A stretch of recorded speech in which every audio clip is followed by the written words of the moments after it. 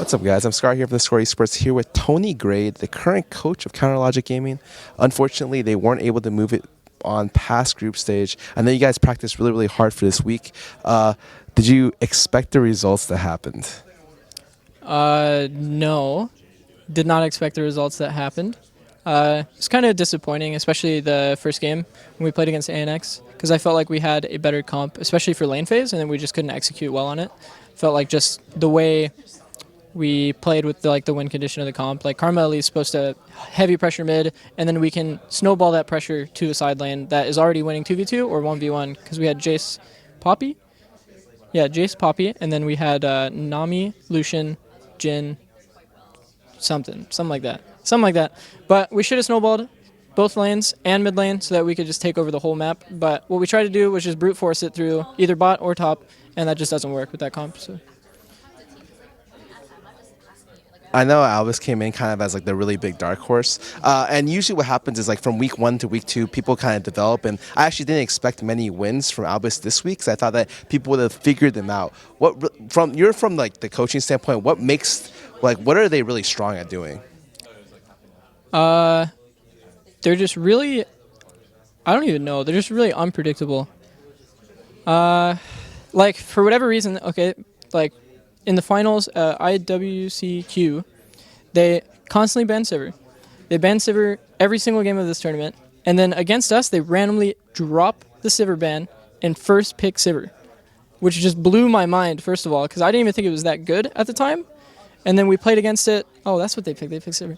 But, yeah, we couldn't even, punish it that hard, and they just, kept on pushing it out. And then eventually they got control, and then Liquid could take over the game by snowballing with Bard roams and all that. So it actually ended up being a pretty solid pick for them. So they were just honestly really unpredictable, and I just think we didn't execute both times that we played against that team. So. Well, specifically, let me talk a little bit about the meta for this tournament. I know Jace was kind of a high priority pick for a lot of teams top lane. I know you guys had high priority on Jace the first game, and then you guys ended up dropping it mainly for Poppy. And I thought that you guys had great Poppy games for the most part. Was that something that you guys just kind of adapted from the game 1 to game 2 and 3?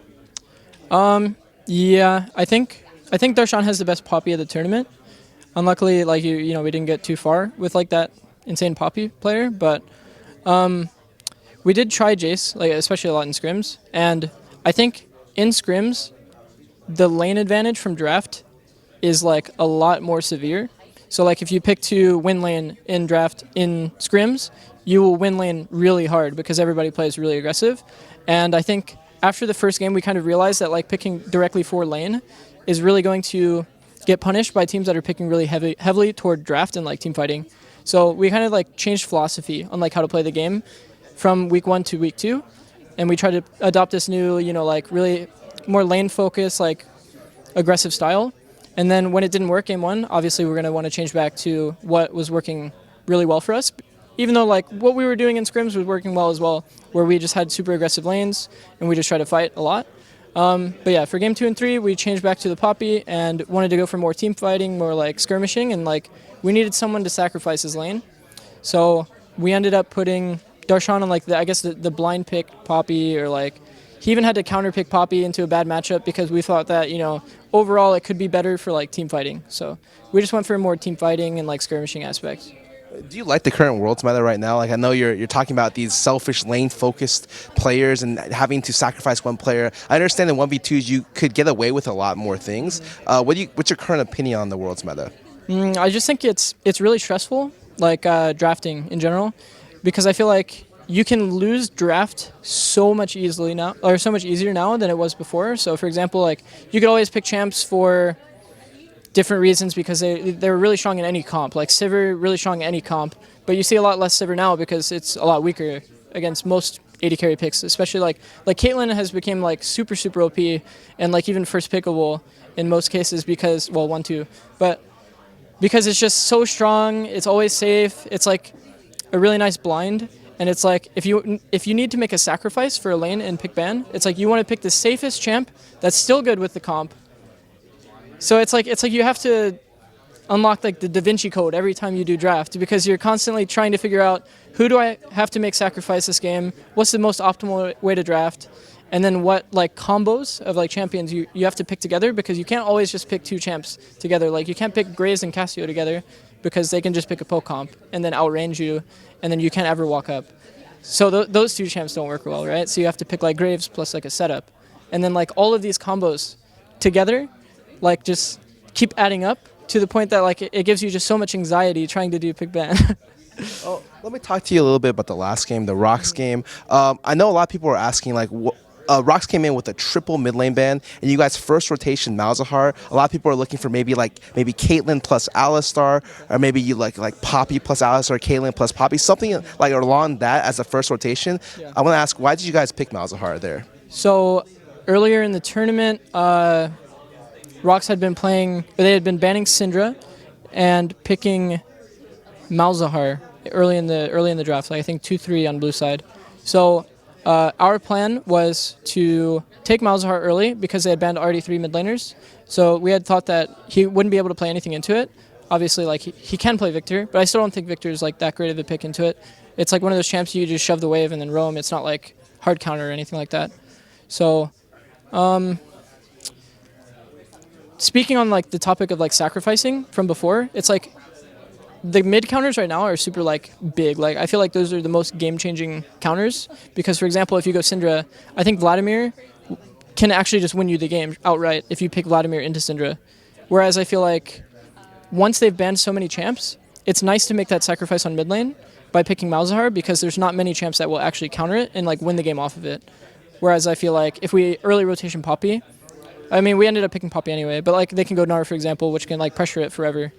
So one of the big picks in this entire tournament has been Alistar, and you guys ended up giving up Alistar in the last draft. Were you surprised because this champion isn't necessarily a super lane-dominant champion like Nami, like Karma, which recently came up? However, his win rate's something insane. It's like 9-2 or something, some ridiculous like 70% plus win rate. Yeah, I think even like during the bootcamp, we specifically even mentioned that like Karma and Nami do not do too well into Alistar, like especially in competitive play.